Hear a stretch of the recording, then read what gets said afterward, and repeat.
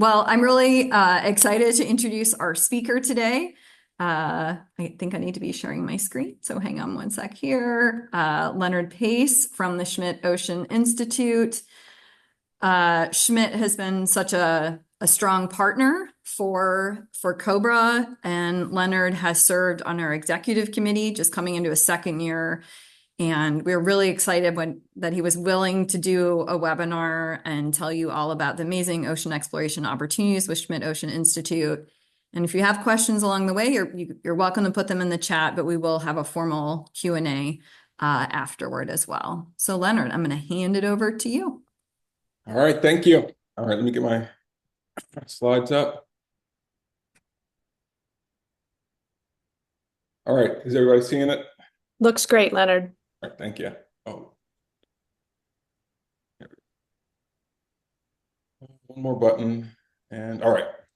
Good morning, good afternoon, and good evening. I'm the Senior Science Program Manager at Schmidt Ocean Institute, and I'm happy to be having this opportunity to speak to you all. I'm celebrating my 11th year at SOI, and my primary responsibility is the management of SOI's proposal review process. Schmidt Ocean Institute is a 501c3 private nonprofit operating foundation established in 2009 to advance oceanographic research, discovery, and knowledge, and catalyze the sharing of information about the oceans. Eric and Wendy Schmidt established Schmidt Ocean Institute as a seagoing research facility operator to support oceanographic research and technology development, focusing on accelerating the pace in ocean sciences with operational, technological, and informational innovations. We began in 2009, and in 2010, we brought the Lone Ranger online, and we used that as kind of a test bed for figuring out how we were going to conduct science and get work done while we had research vessel Falkor retrofit. It was originally a German fisheries interdiction vessel that we got from the German government, retrofit for science, and brought into operation in 2012. We operated her for 10 years and then retired her.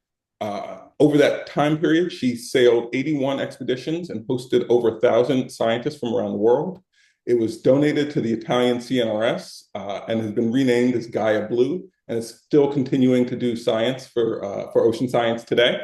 We brought Falkor 2 online in 2023. She was originally an offshore wind farm development platform, and when it was retired, we took over that ownership and retrofit that into 2023 and brought her into service in 23 and have been conducting science on her ever since.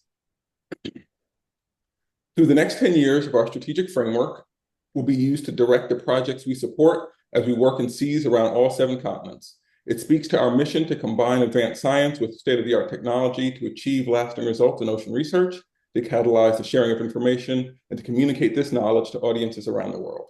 The work we support is to foster a deeper understanding of our environment. Within that strategic framework, there are 7 topic areas that are fairly broad, and just about every researcher who's on this call can find ways that their science can fit into these different strategic topics. Certainly exploring the deep, technologies for the future, frontiers in biodiversity. These are the kinds of things we look at when we look through a proposal to make sure that it fits what we are interested in supporting. Some of the things that you won't see within our strategic framework are things like shallow water corals. It's a global class platform. We're not looking to do shallow water work for the most part. The area of operations you see in the Zoom background behind me and are given here over the next 10 years. We advance this every year. The 2033 line was brought up probably midway through this year, and we'll be bringing 2034 online probably early into next year. We're currently operating offshore of Peru right now, and we'll be going into 2025 soon. We are really excited that 2024 will have us heading down into Antarctica for the first time and exploring waters we haven't been in before. If you're interested in participating with us, there are lots of different ways to do that. The primary way is through the proposal submission process. That process begins as an expression of interest, or EOI, which is how I'll refer to it going forward. And that's just a really quick 2-page document spelling out the research that you're interested in, why you want to do it, why it's a fit for us. And for those whose first language is not English, we are also open to receiving video submissions. Though that avenue hasn't been used as much, we've gotten video submissions through every review process we've had so far. And then full body proposals are selected from those expressions of interest. We're currently looking at the expressions of interest for 2026, and we got a little over 45 EOIs for that. And we'll be selecting those for full proposals, and we'll down select somewhere in the neighborhood of 20 to 25 of those and ask them for full proposals. And those are the really big documents where you get to spell out everything you want to do, who all you want to work with, the outreach, the data, everything you want to do is put into that proposal. And SOI will do an internal and external mail review to select those. Now, if you're just a one-off scientist and you don't necessarily want to go through the full proposal process, we also have opportunities through our partners. We partner with National Geographic Society, Marine Technology Society, and IEEE. And through these partnerships, there are opportunities to get berths on certain legs where the science party hasn't necessarily used a whole vessel, or SOI has retained some berths that we can make available through these partnerships where your science matches the science of the main PI-driven research, and we can partner you with that research to get your work onto the vessel. I will speak a little bit more specifically to the NGS partnership later in the talk. And one other opportunity for some to get involved, we also retain, SOI does, a berth of opportunity where we make a special berth available to students, traditional knowledge holders, local decision makers, and other people from the community who could take the science that's going on the vessel and bring it back to their community in a unique and impactful way. Those berths are identified by SOI, and they do not take up any of the berths that the science party would normally be planning for. Our EOI process has been going on with Falcor 2 since 2024. These are some of the numbers. We've had a lot of demand, over 1,000 days most years. We've got a lot of projects we go through to get selected for the usually between 200 to 250 days of science that we do. We don't necessarily count the number of projects. We kind of make our selections based on number of days, because Falcor 2 can accommodate as many projects as we can fit in, as long as they can fit in the days in the calendar year. The regional component of any project is really important to us. It's important, in the breakout we were talking a little bit about how hard permitting can be to get crews to go out of a region where it's not operating from its own waters. It's really important to SOI and to the science that we are making sure that members of the regions where Falcor 2 is operating are leading and heavily invested in the science that's going on the vessel. So we keep track of the number of regional participants on the cruises. And I can speak to these numbers more if folks are interested at the end of the talk. So Falcor 2, I haven't spoken a bit about what she offers. She's 110 meters long with a cruising speed of about 8 knots. When we talk about the science party, we're talking about 25 berths on the vessel that the science party can select all the folks who go onto that, into those berths. We also have a 4,500 meter capable ROV named ROV Sebastian. We have a small Saab CI Falcon, and we're bringing on a new small ROV, a Blue Eye ROV, that will be replacing the Saab ROV since it didn't get a lot of use over the years. We also have a full ocean depth lander and many different ways to launch and recover systems through the A-frame, J-frames, and we are also open to bringing on other launch and recovery systems if your science needs to put equipment in the water in some unique way. One piece you may have caught, the vessel's name is Falcor, Falcor 2, the ROV is Sebastian. All of these are influenced and come from the Never-Ending Story. Many of the names of the name of the vessel and many of the components in the vessel are named from the Never-Ending Story. Where we're headed for the 2026 and ending 2025 year, these are the cruise tracks that we're looking at. We have not yet published who the PIs are and the science that are going on those cruises. I'm very hopeful that our communications department will be making all that public later this week. So keep an eye to us on social media, because that will be announced all over. But as I mentioned, we'll be heading down to Antarctica for one of the cruises. We're heading off to South Georgia Islands for one, and then we'll be heading kind of up the coast as we make our way north along South America. At this point, I wanted to go a bit into some of the other programs that we offer. The research teams that we host aboard Falcor 2 are provided with support from our highly experienced multimedia correspondents and technicians who provide a wide range of support. They're responsible for leading and coordinating numerous outreach activities to share the research going on board the vessel. And ROV Sebastian's dives are dive streamed live on YouTube so that anyone in the world can participate and chat with the scientists as the dive is happening. The images you see here are created by those multimedia correspondence technicians in the videos that they produce on the vessel while the science is going on, to overlay with the science to help communicate that message and the work that's going on in a creative way. We also have an Artist at Sea program, and our co-founder, Wendy Schmidt, recently posted that science can explain our environment, but only art can illuminate it. Cutting through the corpus of data to capture the spirit of our planet, our humanity, and the deep interconnectedness we share with all life around us. Every expedition makes a berth available for an artist to join the science party and have their work influenced by the research going on. We recently had Pei-Wen Jin aboard, who participated through our Ocean Rising collaboration with Necton, and she utilized her expertise in modular geometric design to create a set of tangram-like puzzle patterns inspired by ocean waves that you see here. The design has been introduced across 18 Uniqlo studios in Europe and Asia, and were you to be visiting one of those, you could get these designs imprinted on the clothing that you would bring into the store or purchase in-store. SOI also creates a collection of art from the work that's created on the vessel, and that collection was just showcased at Art Basel in Paris last month, and you can see the pictures there on the other side, opposite of the Pei-Wen's pictures. We also have a dependent care support program, and I know there's a lot of text on here. The takeaway here is that on any given expedition, up to $5,000 can be made available in increments of $500 per member of the party to pay for at-sea care for dependents. Dependents can be really flexible, be it parents or children. We do not, however, support four-legged dependents. Those are on you.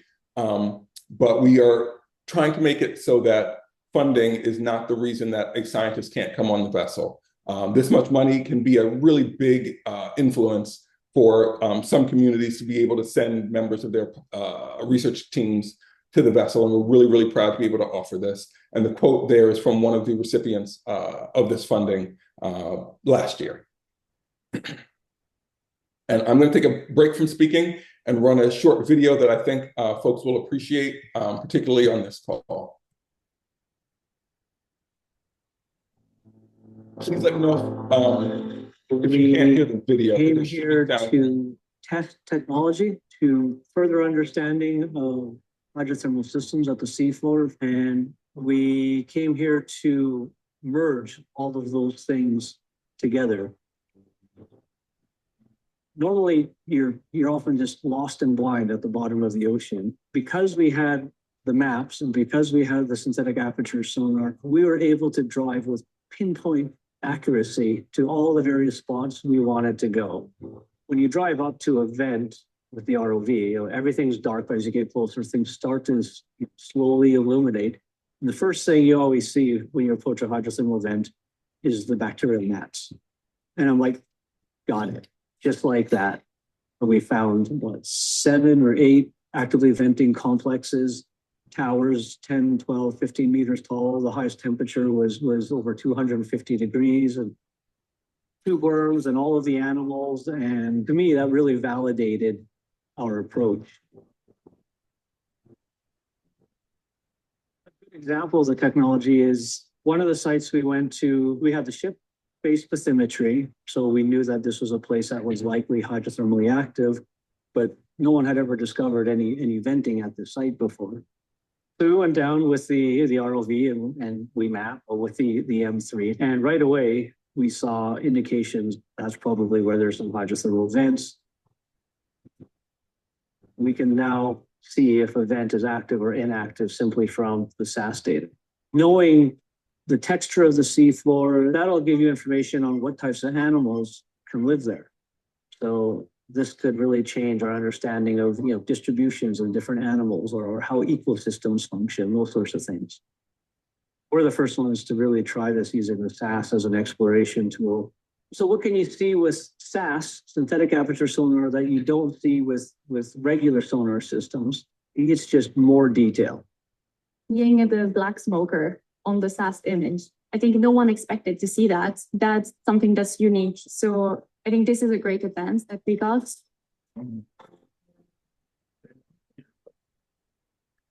I've been in the business for 30 years and have been exploring the ocean floor for precisely these sorts of environments for 30 years. And in the early days, we would spend weeks upon weeks hoping that we might encounter just one site. And what INSAS has done for us, and also the M3 multi-beam mapping, has allowed us to identify the targets before we even go into the water. Now that we know we can do this, there's no going back. Well, it was a spectacular success from a technological point of view. We would have discovered the value of INSAS and the M3 high resolution mapping, whether there were hydrothermal vents or not. It's just that we got the double benefit of having this technology in the right place at the right time to be able to discover the hydrothermal activity that we did. Large part of this cruise is using what we call active acoustics, which send out acoustic signals and they listen to the response that comes back. But we also have the deep acoustic lander, which is what I'm working with. And that's a passive acoustic instrument that just listens. We're just trying to understand the natural soundscape. If we can understand the acoustic source mechanisms and tie that to the flow rate or temperature and other properties of the vent, then we can use passive acoustics to monitor them geologically. I've only done very kind of preliminary analysis, but that's kind of pointing in the direction of some interesting signals from the black smoker high temperature sites.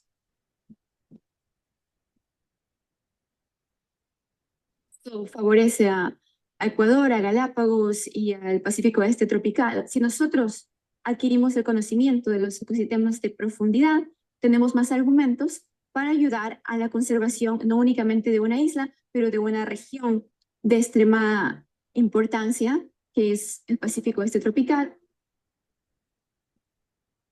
What is the driver to get us to see somehow there's something about going into another world that is truly exhilarating? It's a world we don't belong in, and yet you realize how connected you are to it. We need to care about every part, from top to bottom, from what's happening in the atmosphere, what we're doing on land, how we affect the deep ocean, and how the deep ocean affects us, which it does. Keeping those connections safe is what will keep us alive on this planet.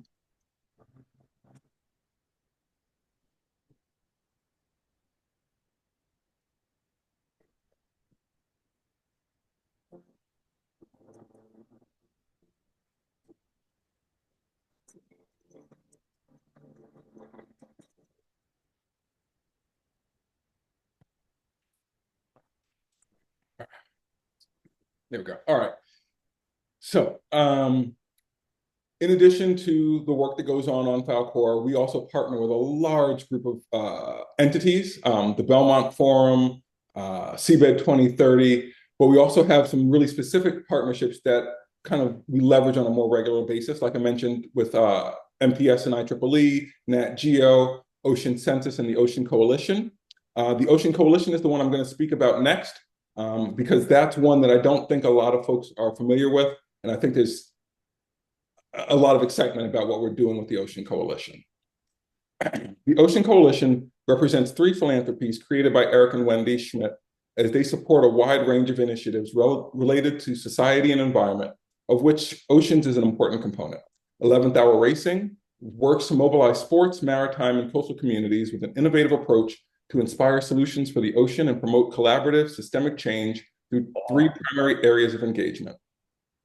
The Schmidt Family Foundation's program, Schmidt Marine Technology Partners, their mission is to help move teams towards promising marine technology ideas, toward economic sustainability and global impact. and Schmidt Ocean Institute, which you are well familiar with by now. A small committee from across these three organizations began meeting over Zoom in the summer of 2020 in the aftermath of George Floyd's murder and the Black Lives Matter protests. We were compelled by love of our ocean fields and a deep understanding that we all needed to do better when it came to including and supporting a greater diversity of people. We spent time getting to know one another, learning about each other's respective entities, and what we found was that separately, we were already doing pieces of idea work. For instance, 11th Hour Racing was funding a number of grantees doing K through 12 ocean literacy programs in underserved communities. SOI was running multiple educational outreach programs geared toward middle and high school students that were developed with accessibility and affordability in mind. And SMTP had sponsored internships through the Environmental Grantmakers Association to place graduate students from historically underrepresented backgrounds with grantee organizations. These individual components felt piecemeal relative to the big systemic issues we faced, but collectively, our work spanned along the entire life cycle of ocean education and workforce development, and we honed in on this fact as a starting point of our coalition. With the enthusiastic support from each organization's executive leadership from the very beginning, we have been able to create the Ocean Coalition as an organized program across our three entities. The Ocean Coalition started with two $50,000 grants and a $15,000 sponsorship in 2021. And this year, we're proud to have grown and granted over $2 million across 19 grantees and convenings. That support has been made primarily to programs whose leaders are Black, Indigenous, or peoples of color, or BIPOC. And going into next year, we're looking forward to continuing to work with our grantees to provide them flexible support, and we're establishing our first multi-year grants. I just wanted to give a quick plug to Schmidt Marine Technology Partners. Their mission is to help move promising marine technology ideas toward economic sustainability, as I mentioned, and they are open to receiving proposals and submission ideas for work that folks here may be trying to get funding for. And I wanted to give a moment to speak to the partnership we have with the National Geographic Society. As this partnership is open through the end of the week, they have a funding opportunity on their website. This is just a screenshot from that website where they're taking submissions from individuals who are looking for their level 2 grants that are up to $20,000. And they get funding from National Geographic Society and an opportunity to get a berth on a expedition on Falkor 2. And those opportunities get combined with the dollars and allow the scientists to come on the vessel, not taking up one of the 25 berths that the science party has, but taking up a berth that is one of SOI's berths that we hold is dedicated to us. And it's just a really great opportunity to leverage the partnership with National Geographic. And I can speak more to that. The contact information for their program manager is given on the bottom here. And I know there's a short timeline here, but if folks are interested, please feel free to reach out to him or me, and I can speak to you about how to get involved in that. That's my last slide. I have one additional video, and I think I've got time to run it. Yeah, all right, so I will run this video also.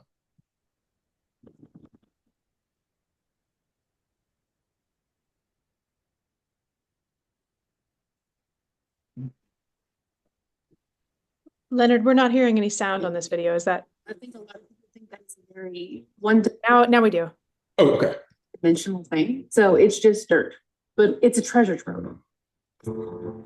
It provides so much information about the whole environment. There's just so much in there. It's more than just dirt. Para poder obtener este sedimento, nosotros estamos utilizando pushcart, que son un cilindro de plástico que se entierra en el fondo submarino y que se puede obtener una porción del sedimento presente en el fondo submarino. Coring in the deep sea is not easy. In this expedition, we have different kind of corings. The shortest and smallest ones are the push cores. They are done with the ROV. Then we have a multi-corer. Those cores are a bit larger and longer, and they are 8 at the same time. And then there is the last called gravity coring. This is the most heavy-duty instrument that we have at the moment. 6 meters long, is more than 1 ton heavy. Having all these 3 things is very important because it gives you an image that is the most complete as possible of everything that is happening from the very top of the mud down to several meters below the seafloor. As soon as we recover the core, we split them lengthwise to look what's inside. And it's like unwrapping a Christmas present. You never really know what's inside until you actually unwrap it. So that's definitely one of the best moments and more exciting in a coring expedition. It's always the most exciting when we see changes, grain size, color, the biology that lives in it. Sound change. Okay. Now it's crazy. Ready? 1, 2, 3. Whoa!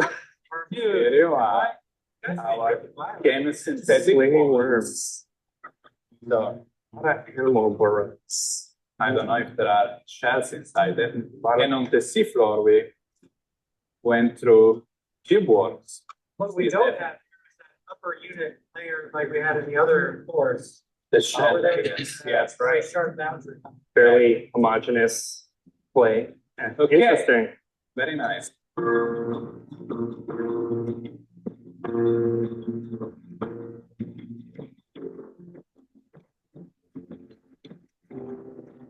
We're extremely pleased when the sediment comes up and smells gross. And everyone on the ship flees away from where the ROV is. But yeah, we get really excited about that.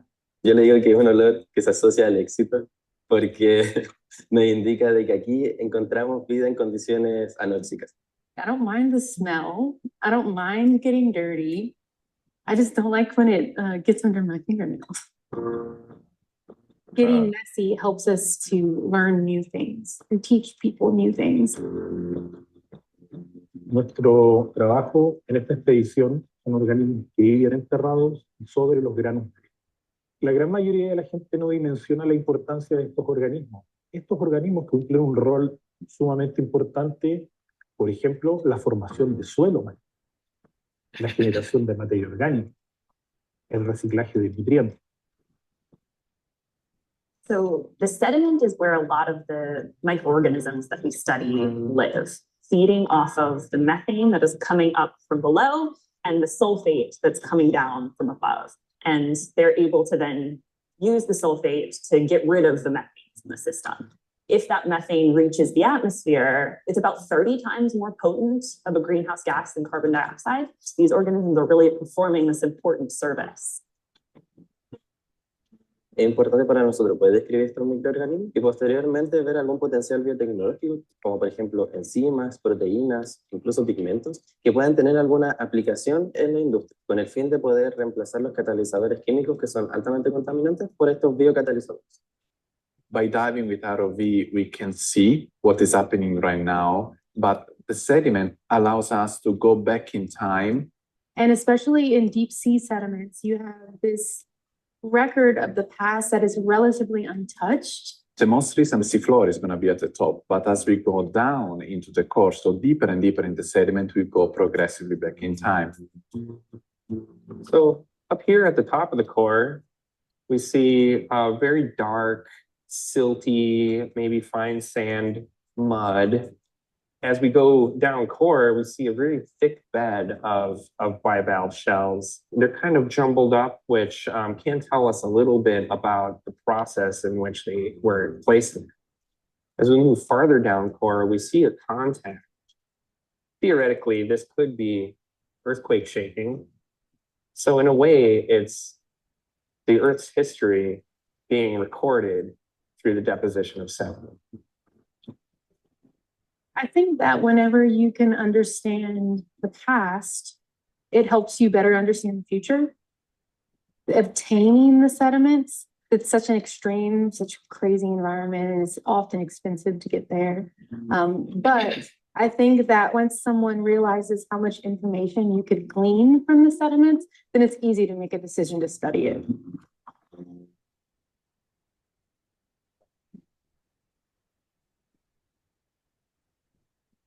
All right, so that was my last video. The thing I really wanted to highlight in that one was both the collaboration and scientists from many different nations, as well as the equipment that was being used. A lot of that equipment was SOI's equipment, the push cores, ROV Sebastian, but the science party brought a lot of that equipment too, the gravity core, the multi-core. those were things that were brought on by the science party to help add to the work that could be done in a collaborative way. And that's a lot of the way that SOI likes to work. That's how I picked that one. And I will stop here and kind of open it up for questions as folks may be interested. Great. Thanks, Leonard. I'm going to hand it over to Beth to handle the Q&A.